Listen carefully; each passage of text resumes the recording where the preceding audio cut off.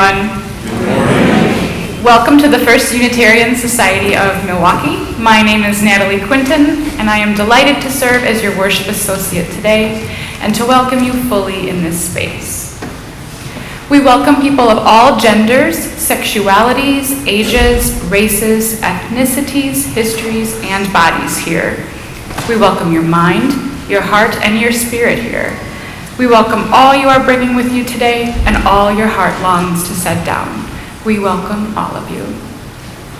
Guests are invited to come early on another Sunday to drop into the Inquirer's session at 10:10 in the parlor, where you can learn more about Unitarian Universalism and our church in a smaller casual gathering. We invite our guests to fill out a welcome card located in the pew rack in front of you and drop it off in the offering plate later in the service. You can also pick up a welcome packet at the back of the sanctuary. Hearing assist devices and Braille hymnals are available in the rear of the sanctuary as well, and a fragrance-free area is located on the right front side of the sanctuary. If you are a visiting family with children or youth, after the time for all ages noted in your order of service, please join the children's recessional and head across the hall to the common room. There you will be greeted by someone who will orient you to our religious education. Immediately following the service, everyone is invited for coffee and conversation in the common room. My name is Natalie, and you can come talk to me at the guest table there. As a way to engage at First Church, I invite everyone to explore the announcements insert for the numerous opportunities available here. In particular, let me draw your attention to a couple. For the sake of Earth and all creatures, our Earth Justice Ministry team invites us to participate in postcard advocacy during both coffee hours today at the social justice table. Postcards, pens, addresses, and message prompts for our political leaders will be provided. Volunteers are needed to provide food or help serve a taco meal at the Cathedral Center Shelter for women and children next Saturday evening, May 4th. Please sign up at the social justice table today. Please find details on these and more events in your announcements insert. And finally, please silence any electronic devices for the remainder of the service. Before we go into the unison reading of our mission today, I am lucky enough to get the opportunity to invite our newest choral scholar, our tenor, Christopher Johnston.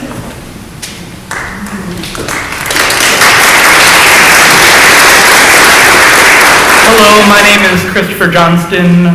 My pronouns are he, him, his, and I'm from Pewaukee, Wisconsin. One way I find wholeness in nature is to go through nature walks in Pewaukee, my beautiful hometown. Retzer Nature Center, Lapham Peak. I just go there and I listen to the birds sing and the trees rustle, and I feel at home.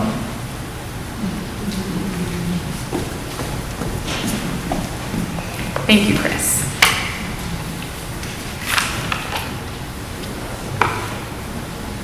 Once again, I welcome you to First Church by inviting you to join in our unison reading of our mission, which is printed in your order of service. We gather to nurture the spirit, engage the mind, and inspire action. I would now like to invite Andy and Patty Agaki up to help light the chalice today.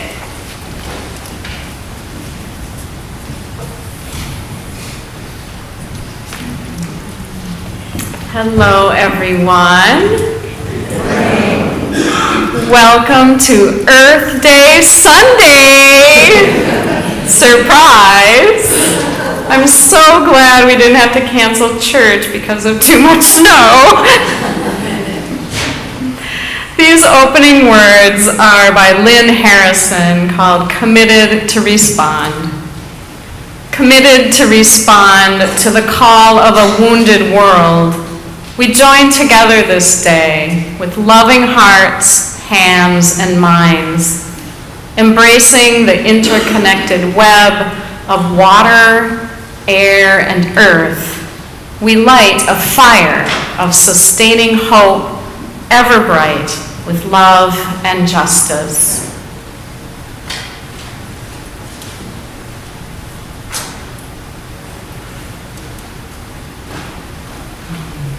Please rise and bow to your spirit to sing O Brother Sun in the Teal Hymnal, number 1066.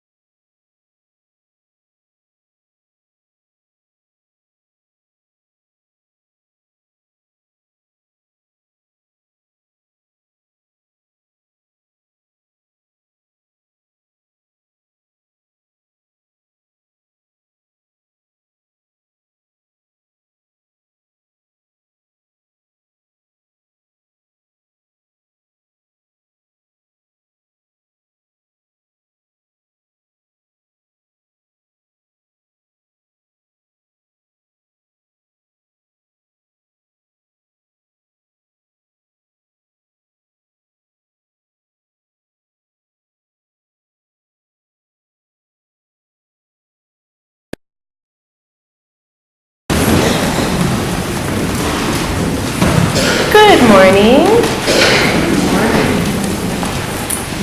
The story I have for you today is The Curious Garden by Peter Brown. If you look around you, you might find a little paper flower or butterfly. You might not. This is my flower. Her name is Beatrice. And you can, when you see me raise her up, if you want to follow along with the flower or the butterfly that you found as well. There once was a city without gardens or trees or greenery of any kind. Most people spent their time indoors, and as you can imagine, it was a very dreary place. However, there was one boy who loved being outside. Even on drizzly days, while everyone else stayed inside, you could always find Liam happily splashing through his neighborhood. It was on one such morning that Liam made several surprising discoveries. He was wandering around the old railway, as he did from time to time, when he stumbled upon a dark stairwell leading up to the tracks. The railway had stopped working ages ago, and since Liam had always wanted to explore the tracks, there was only one thing for a curious boy to do. Liam ran up the stairs, pushed open the door, and stepped out onto the railway. The first thing he saw was a lonely patch of color. Wildflowers and plants were the last thing he had expected to find up there. But when he took a closer look, it became clear that the plants were dying. They needed a gardener. Liam may not have been a gardener, but he knew that he could help. So he returned to the railway the next day and got to work. The flowers nearly drowned, and he had a few pruning problems, but the plants patiently waited while Liam found better ways of gardening. And as the weeks rolled by, Liam began to feel like a real gardener, and the plants began to feel like a real garden. After spending his spring and summer and autumn with the garden, Liam's time on the railway was finally interrupted by winter. Heavy blankets of snow fell on the city that season, and for the first time since he'd become a gardener, Liam could not visit the plants. Rather than waste his winter worrying about the garden, Liam spent it preparing for the spring. After 3 cold months, this must not be the Midwest, the snow finally began to melt, and Liam rolled his new gardening gear over to the railway. Winter had taken a toll on the garden, but thanks to Liam's planning, his handy new tools, and a little help from the sun, the plants soon awoke from their winter sleep. The garden had always wanted to explore the rest of the city, and that spring it was finally ready to make its move. Once again, the tough little weeds and mosses set out first, and they popped up further and further and further away from the railway, and they were closely followed by the more delicate plants. The garden was especially curious about old forgotten things, and a few plants popped up where they didn't belong. Others mysteriously popped up all at once. But the most surprising things that popped up were the new gardeners. Many years later, the entire city had blossomed, but of all the new gardens, Liam's favorite was where it all began, on the train tracks. Much like Liam, you don't have to be a gardener to be in relationship with nature. May you all have a chance to visit the green spaces of our city this summer. Very grateful to live in a town that has many parks. Well, I also have some very exciting news to share with you all. As you all know, I've been serving in an interim capacity as your RE coordinator, while a search team has searched for a new settled director of religious education. Last week, the search team's offer to become our new DRE beginning August 1st of 2019 was accepted by Kimberly Tomczak Carlson.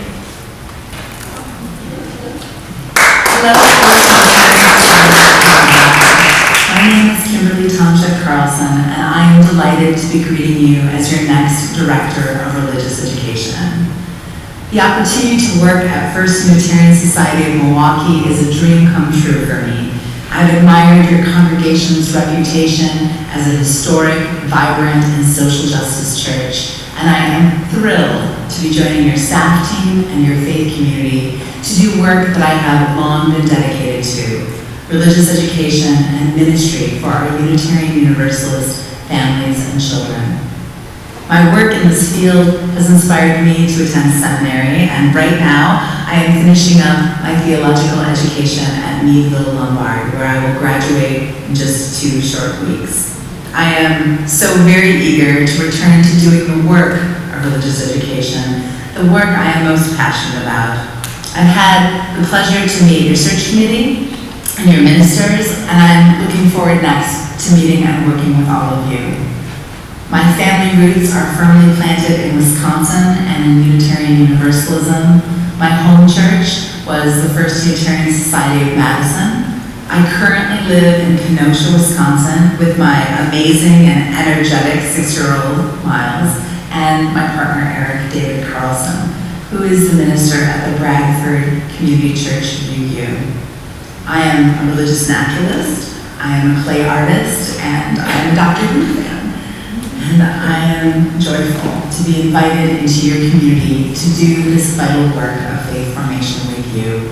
I can hardly wait to begin the journey and see where it takes us all. Blessings to all of you, and I look forward to being with you very soon. Thank you.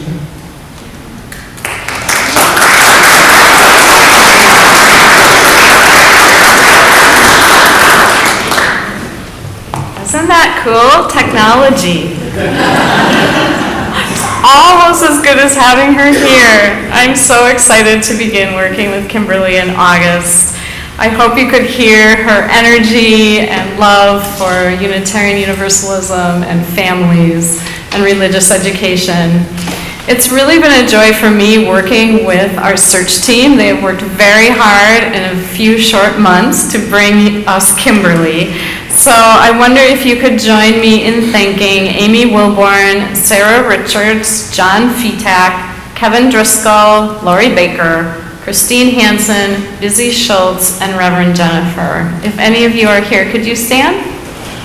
Oh, there's one. Hi, Jennifer. Like I said, they worked really hard. They're tired. But we hope that you will join us in welcoming Kimberly at a casual reception after the service on August 4th when there will be no snow. But we may have popsicles. Let's rise and bow to your spirit to sing the children's recessional. It's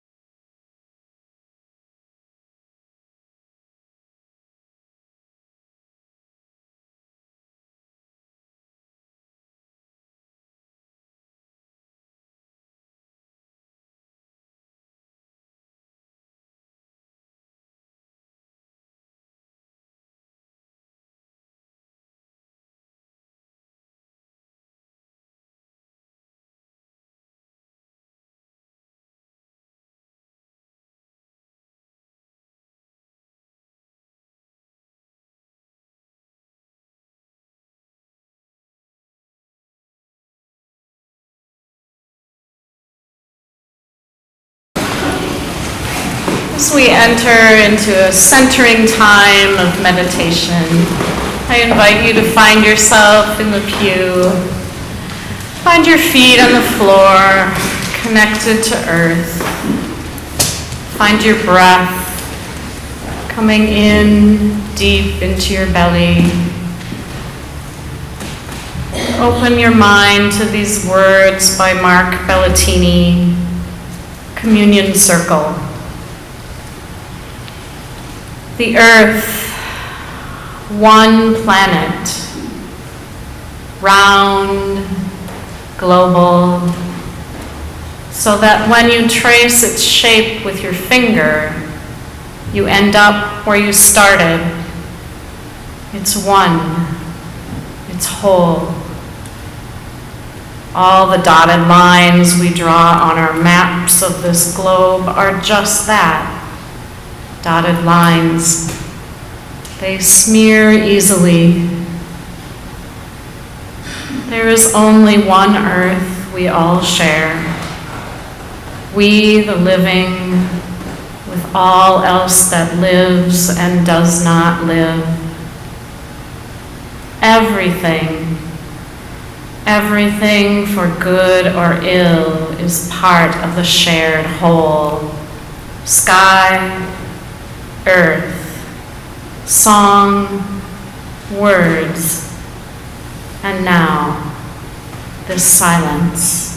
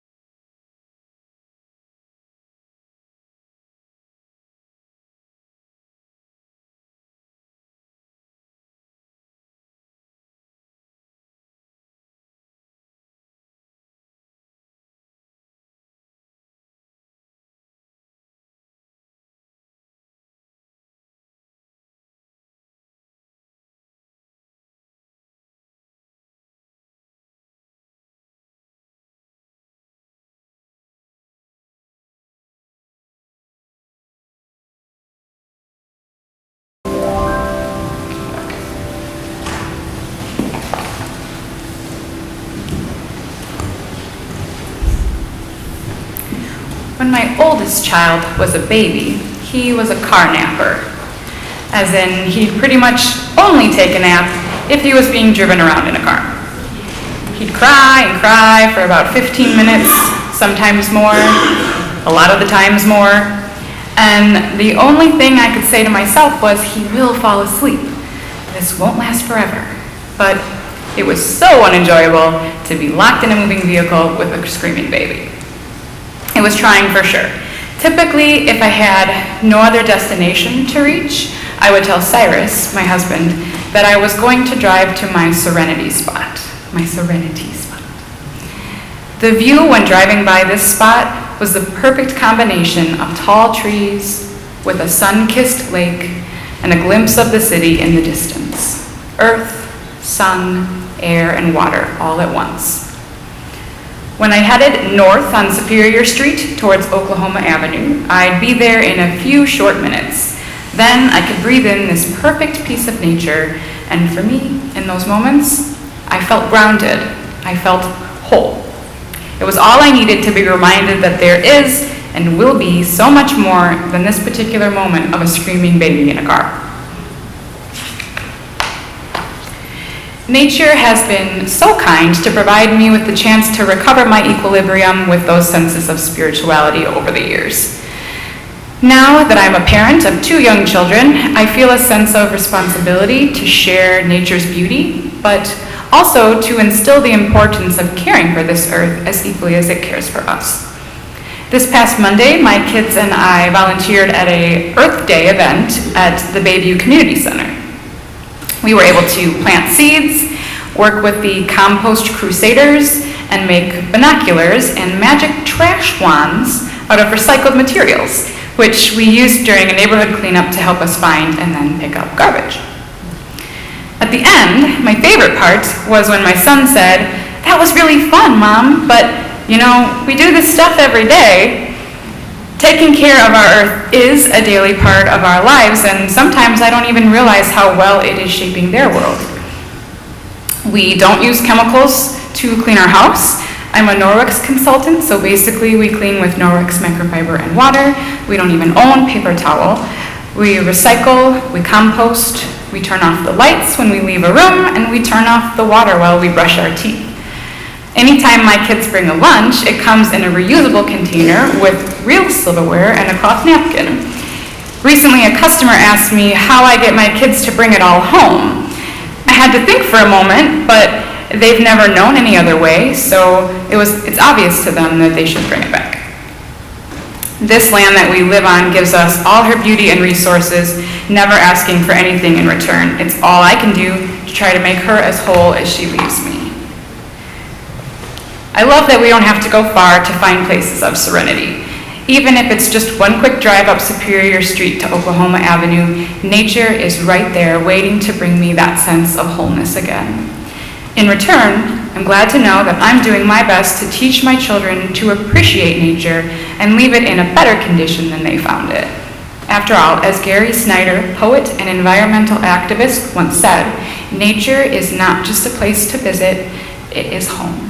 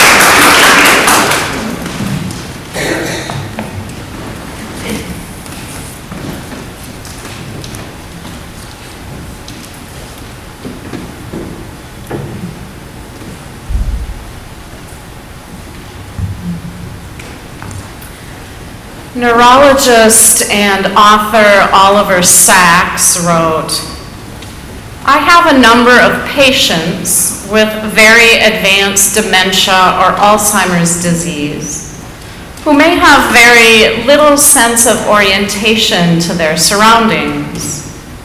They have forgotten or cannot access how to tie their shoes or handle cooking implements. But put them in front of a flower bed with some seedlings and they will know exactly what to do. I have never seen such a patient plant something upside down." An elderly lady with Parkinson's disease whom I met in Guam, he continued, often found herself frozen, unable to initiate movement, a common problem for those with Parkinsonism. But once we led her out into the garden, where plants and a rock garden provided a varied landscape, she was galvanized by this and could rapidly, unaided, climb up the rocks and down again. Sacks noticed a powerful healing connection between humans and nature. Did planting flower seedlings cure his patients of advanced dementia? Did time in the rock garden stop the progression of Parkinson's? Not likely. But the wholeness of those human beings was restored, at least for a moment, during the time they spent outdoors in greenery, connected to nature.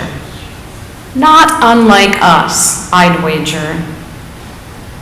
In what place outdoors do you feel most whole?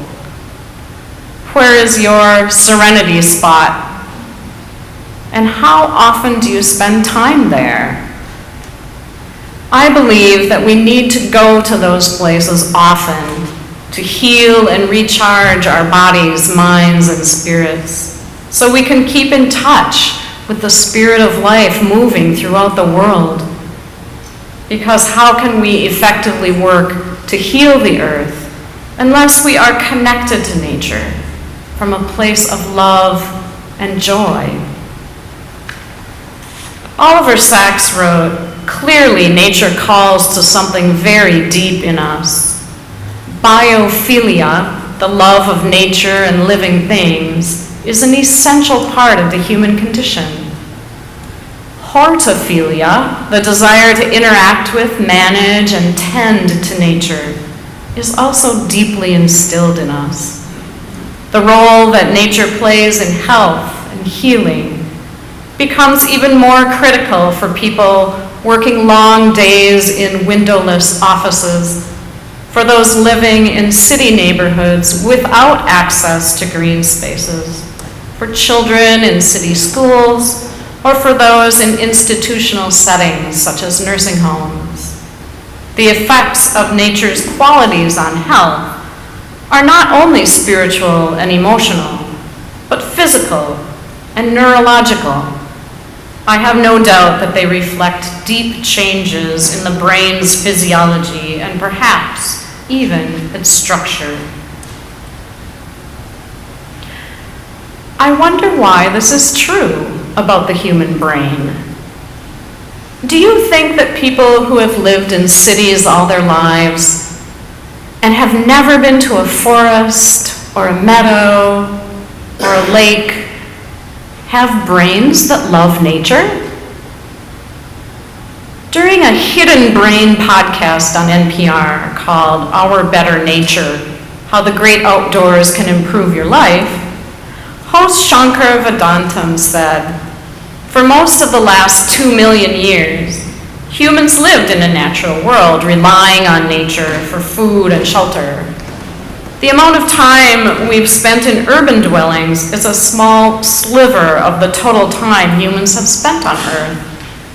When you look at it this way, our shift from forest life to freeways and overflowing cities has been very recent and very dramatic." He interviewed researcher Ming Kuo, who has been studying the effects of nature on humans for the last 30 years.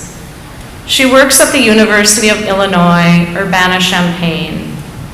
Early in her career, Ming studied research looking at the well-being of animals in zoos. Researchers found that even when animals were provided all the basics of food, safety, and shelter, they often failed to thrive. When biologists, by contrast, studied animals in the wild, they got this idea called habitat selection theory, which is that beings are wired for whatever habitat we evolved in. And so there seems to be this general kind of rule that animals who are in their natural habitats will do much better. They thrive both physically and psychologically, and in terms of their social behaviors. So if zoo animals thrive in their natural habitat, some researchers asked, could this also be true for humans? Ming said, when you look at what people are like, when they have either more access or less access to nature, you start to see a pattern where we see the same things in humans that we see in zoo animals, which is the wonderful quote from E.O. Wilson, that organisms, when housed in unfit habitats, undergo social, psychological, and physical breakdown. And we are seeing precisely that in people. So when you have people who have a certain amount of access to nature, and then you give them a bit more, you see better social functioning. You see better psychological functioning and better physical health. Ming conducted a study at the Robert Taylor Homes Housing Project, which was a series of 16 10-story buildings along a particular corridor in Chicago. And they were originally designed with greenery all around them. But over time, there wasn't much money for maintenance. So there were just a few buildings in which the building managers did not end up paving over what used to be grassy areas. And when they paved over those grassy areas, they also took the trees out, so they just have asphalt around those buildings. Ming said this was an unwitting kind of experiment where people are living in different buildings that are identical, but some of those buildings have bits of trees and grass around them, and some of them don't. And so we just went about studying what the outcomes were for those people's health in those different buildings. We looked at a bunch of things, but the short answer to the research is that we found social breakdown in the buildings without trees and grass around them. That is to say, when we asked the people who lived in these different buildings, did they know their neighbors? Did they speak to their neighbors? Did they know them on a first-name basis? Could they rely on their neighbors for a favor, to take care of the kids if they had an emergency? The people in the buildings with a bit of greenery around them were much more likely to say yes. We also found that the folks who were in the less green buildings reported more aggressive behaviors, even though the density of population and the socioeconomic level of the people living in all the buildings were the same. There's a thing called attention restoration theory, Ming said, which indicates that when people don't have access to nature, they're going to be more mentally fatigued. They don't get their attention restored. So when you're mentally fatigued, you're also less good at handling difficult social situations. And so we thought as researchers, okay, if nature is helpful for rejuvenating people from mental fatigue, then the folks in the buildings who don't have any access to nature are going to be that much more fatigued and that much more difficult in handling conflict in a productive way.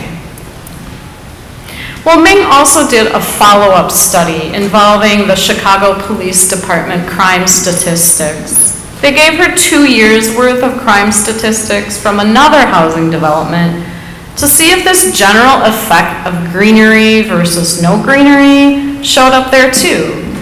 So she looked at low-rise instead of high-rise developments in that study and saw the same pattern in police records of crime.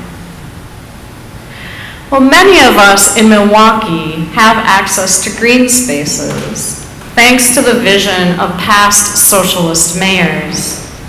It's relatively easy for us to find a city park, a place to refresh our minds and bodies. But there are many in Milwaukee who do not have as much access to green space. And I wonder how that's affecting people. It could be that living in spaces made of mostly concrete and asphalt is an unfit habitat for human beings, leading to fatigue, mental fatigue, social fatigue, and psychological ills. The Hidden Brain podcast described a study that did an analysis of pharmacies in London, England, and the medications they dispense. Pharmacies in London are neighborhood-based, so pretty much people go to the pharmacy that's in their neighborhood. And the researchers know how green it is in that neighborhood around the pharmacy. And they also know how many people live there, how many people the pharmacy serves, and they find out how many prescriptions for anxiety disorder medications and depression medications are filled at each pharmacy. So the researchers just compared between pharmacies that have the same number of people with the same approximate income, and they looked at how many mood-related prescriptions were filled there. And they found if there is substantially larger prescriptions filled, the less greenery is around the neighborhood. So how does this happen, that our mood and well-being is so influenced by greenery? When human beings look at green landscapes, our heart rate goes down, and our sympathetic nervous activity, the fight or flight response, goes down, and our parasympathetic nervous activity, the tend and befriend response, goes up. If people can get out of the urban jungle and spend a few days in the woods, it can also have a beneficial effect on our immune system. Ming said researchers found after people spent a 3-day weekend in a forest preserve that their level of natural killer cells went up on an average by 50%. And a 3-day weekend in a nice urban area, it turns out, doesn't do anything for your natural killer cells. And then they found if a researcher knocks on your door 30 days after your 3-day weekend in the woods and asks for another sample of your blood and you give it to them, it will show that you are still roughly 25% above your baseline number of natural killer cells, a lasting impact on the immune system. In his book, The Moth Snowstorm, Nature and Joy, Michael McCarthy wrote, "In our towns and cities, staring into our screens, we need constant reminding that we have been operators of computers for a single generation and workers in neon-lit offices for 3 or 4. But we were farmers for 500 generations, and before that, hunter-gatherers for perhaps 50,000 or more generations, living with the natural world as part of it as we evolved. And this legacy cannot be done away with." McCarthy, an award-winning environmental journalist, told Krista Tippett about a year ago, "The natural world is where we evolved, and it is the resting place for our psyches. We might have left the natural world, but the natural world has not left us." In his book, he argues that the sudden, passionate happiness which the natural world can occasionally trigger in us may well be the most serious business of all. You all know about the sixth extinction. You all know about climate change. You all know about habitat loss. You all know about pollution. You all know about invasive species.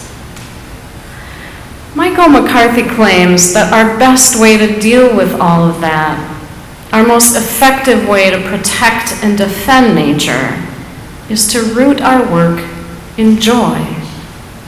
He says that relying on the goodness of humankind has not worked to stem climate change, nor has focusing on sustainable development.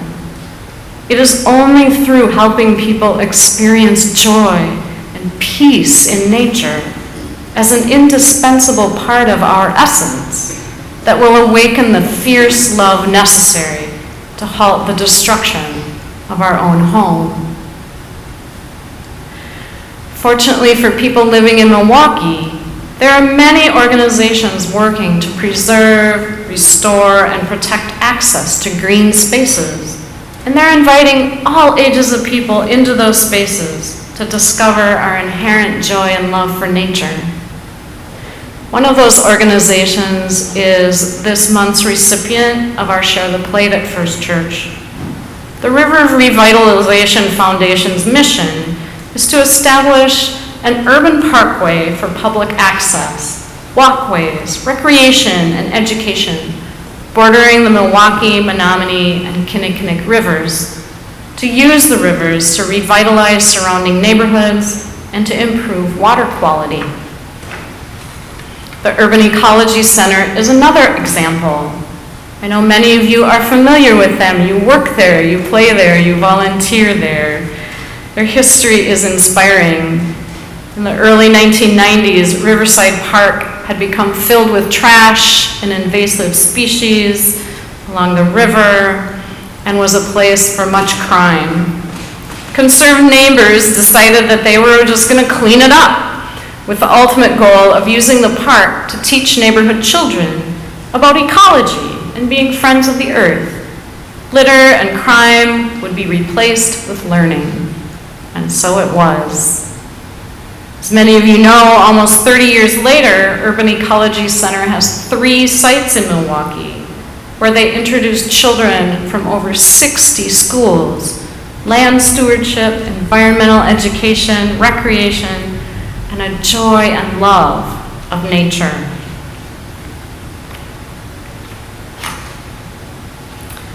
I believe that Earth Day is a time to confront our fear, anger, and despair over the human destruction of our own home, this earth, by reconnecting to our joy and love for Earth. Earth Day is a time to find wholeness in nature and recommit to heal nature through our own humility and hope and action.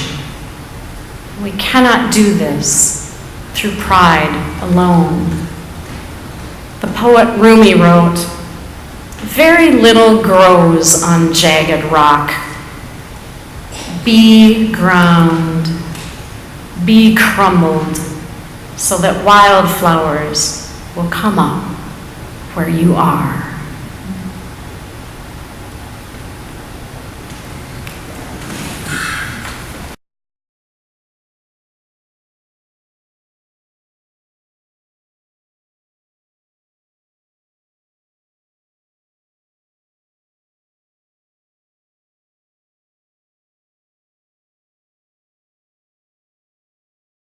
Of our spiritual practice of generosity. In addition, the church shares half of all the non-pledged cash in our offering plate with the community organization. In this way, we commit our resources in line with our belief that this congregation is interdependent with the world beyond these walls. This week is the last week that we share the plate with the River Revitalization Foundation. May the practice of giving bring us joy. The offering will now be gratefully received.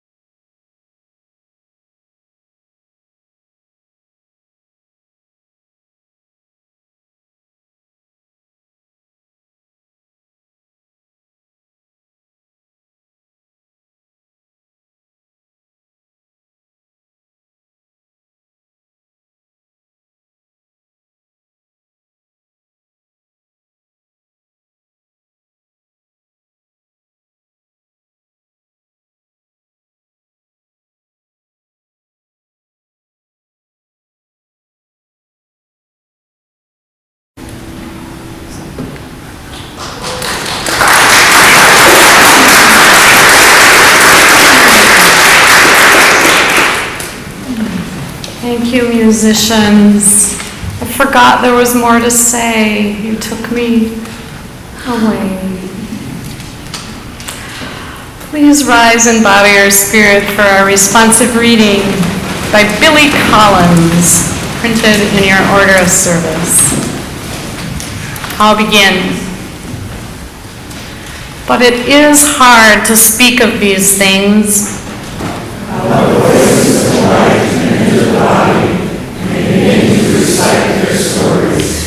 How the earth holds us painfully against its breast, made of humus and brambles. How we will soon be gone, regarding entities that continue to return greener than ever. Spring water flowing through a meadow, and the shadows of clouds passing over the hills.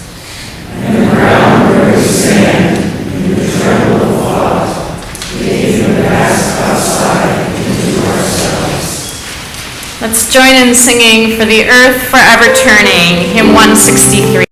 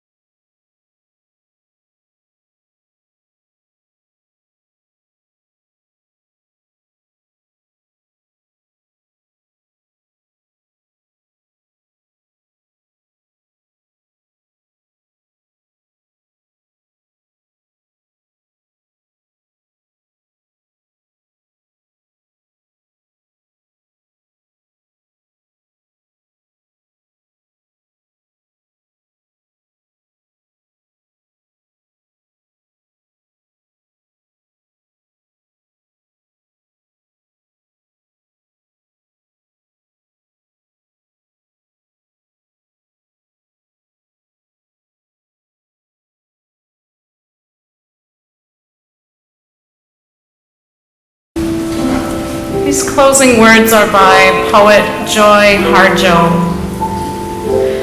Remember the sky that you were born under. Know each of the stars' stories.